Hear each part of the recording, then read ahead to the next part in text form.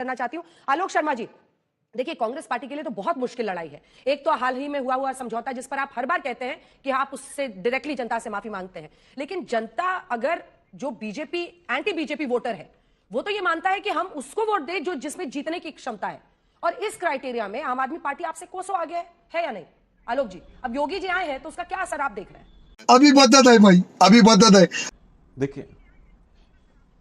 देखिए दिल्ली का दुर्भाग्य है कि आज तक पे हल्ला बोल जो कार्यक्रम हो रहा है उसमें पूरी तरह से एक विकास पुरुष जिसको बीजेपी कहती है, उनको आज हमें हिंदुत्व का पोस्टर बॉय बनाकर दिल्ली के वोट मांगने पड़ रहे हैं। आप देखिए किस तरह से आज दिल्ली का दुर्भाग्य है कि तमाम विकास की चीजों को छोड़कर हम हिंदू, मुसलमान, सिख, किसको कितना वोट मिला, हम आज उसकी बात कर रहे हैं। मगर क्यों? अंजना जी, दिल्ली का पूरी तरह से दुर्भाग्य है कि जिस तरह से हिंदुत्व का पोस्टर बॉय आज यहां पर इनको बनाया गया है, वो अपनी अयोध्या नहीं बचा पाए थे।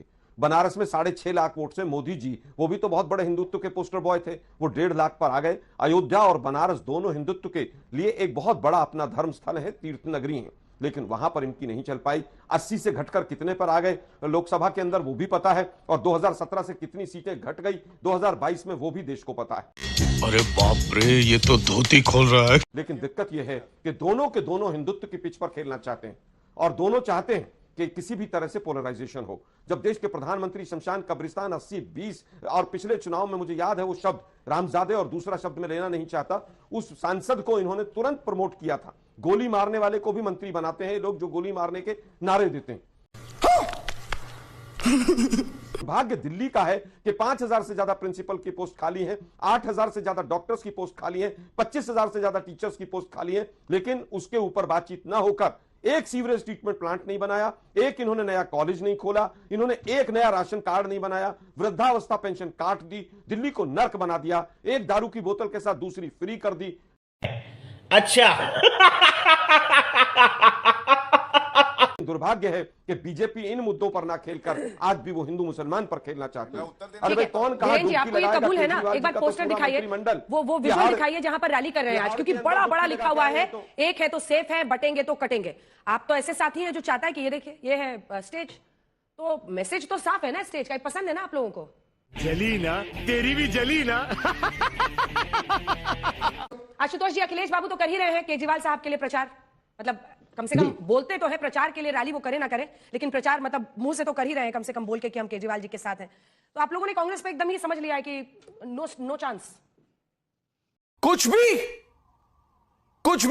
नहीं। देखिए, हमने फिर से बोला है कि जब भी इंडिया अलायंस बना था तब ये बात बहुत पहले हो गई थी कि क्षेत्रीय दल जहां मजबूत हैं उन क्षेत्रीय दलों को बाकी पार्टियां मजबूत करेंगी, और ये सबको पता है कि 70 में 67 सीट जीतने वाली दिल्ली में आम आदमी पार्टी सबसे मजबूत है। भारतीय जनता पार्टी को वही हरा सकती है, इसलिए समाजवादी पार्टी से तो उनके आप भी सुनिए ना आशुतोष जी, योगी जी की इस बात से तो आप भी सहमत होंगे। हरिद्वार में ही सही, अखिलेश जी ने भी अभी गंगा स्नान किया है, और वो कह रहे हैं कि हमारे कैबिनेट के साथ हमने क्या, वो डुबकी चैलेंज दे रहे हैं केजरीवाल जी को कि यमुना जी में आप डुबकी लगा के दिखाइए। कब हो गया ये? कब हुआ कब? देखिए, 2020 में भी योगी आदित्यनाथ जी ने ऐसी रैलियां की थी, और अभी आपने खुद बोला कि ब्रह्मास्त्र शुरू कर दिया है भारतीय जनता पार्टी में। तो ब्रह्मास्त्र कब शुरू किया जाता है? जब बाकी अस्त्र खत्म हो जाते हैं, और भारतीय जनता पार्टी ने बनाया भी है। मोदी जी को 3 रैलियां दी हैं, होना भी तो चाहिए ना पास में। हाँ, मैं बोल रहा हूँ, ब्रह्मास्त्र होना भी तो चाहिए। हाँ बोलिए। हाँ बिल्कुल ठीक है। सियाणपति नहीं। तो अब ये ब्रह्मास्त्र की हकीकत यह है कि पिछली बार 4 जनवरी 2020 को किराड़ी में ही ये योगी आदित्यनाथ जी पहुंचे थे, और उन्होंने बोला था कि एक दिन ओवैसी भी हनुमान चालीसा पड़ेगा। पोलराइजेशन करने की पूरी कोशिश की थी। आम आदमी पार्टी 49% वोट लेके जीत गई थी। दूसरी रैली विकासपुरी में की थी, और कहा था केजरीवाल को चैलेंज दे रहा हूं, यमुना में डुबकी लगाए। केजरीवाल जी की पार्टी 55% वोट से वहां भी जीत गई थी। तीसरी रैली उत्तम नगर में की थी, और कहा था नागरिक संशोधन कानून पूरे देश में लागू कर देंगे, ये कर देंगे। वहां 54% वोट से आम आदमी पार्टी जीत गई थी। बिल्कुल। क्या बात है सर, क्या बात है सर, क्या बात, ये बात है। अरे रुको जरा, सब्र करो। देखिए इनकी राजनीति क्या है। दिल्ली का पंजाबी इंतजार कर रहा है, 5 तारीख को ऐसा बटन दबाएगा, आप देखेंगे इनका सुपड़ा साफ हो जाएगा। हरदीप पुरी जी, जब अफगानिस्तान में अपमान हो रहा था गुरु ग्रंथ साहब जी का, तो वो अपने सर पे उठा के यहाँ पे उसे गुरुद्वारे लेके गए, सम्मान दिया, और इन्होंने कहा रोहिंग्या के रिश्तेदार हैं हरदीप पुरी, अरे जान दे देंगे। मैं एक पंजाबी हूं। ऐसा नहीं हो सकता। मेरे 500 से ज्यादा यहाँ पे रिश्तेदार हैं। आपको मालूम है क्या कह रहे हैं?